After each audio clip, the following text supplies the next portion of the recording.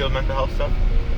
Do I deal with mental health stuff? I have anxiety, not social anxiety, but which is what usually gets most credit or whatever. But I get really bad panic attacks. And Really? Yeah. So and usually it's about things that are actually bad. Sometimes it's about, oh my gosh, I accidentally stubbed my toe, my rolled over, I'm gonna die kind of thing. In my job, I see a lot of different types of mental health issues. A lot substance abuse, which either someone already has mental health illness and then goes the substance abuse, or vice versa. Then you have people with learning disabilities.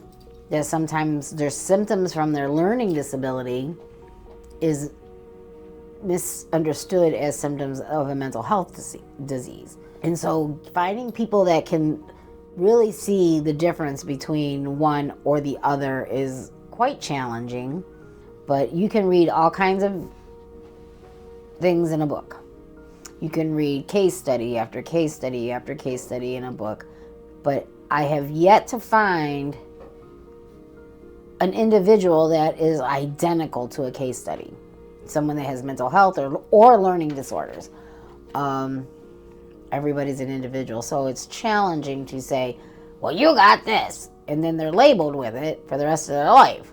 Mental health awareness is an issue that impacts everybody, especially in the post-pandemic world we're living in. When the pandemic first showed up, there were people who had mental health issues, whose mental health issues like anxiety or depression or PTSD or even paranoia in some cases were made worse by the conditions we were forced to live with during the height of the pandemic. And there were people who didn't have mental health issues like that going in, who developed characteristics of anxiety, depression, trauma, paranoia, because the pandemic happened. Like depression and mental health is like at an all-time high. I definitely think that people who are like lower on the spectrum, they deal with things differently for sure. They process things differently.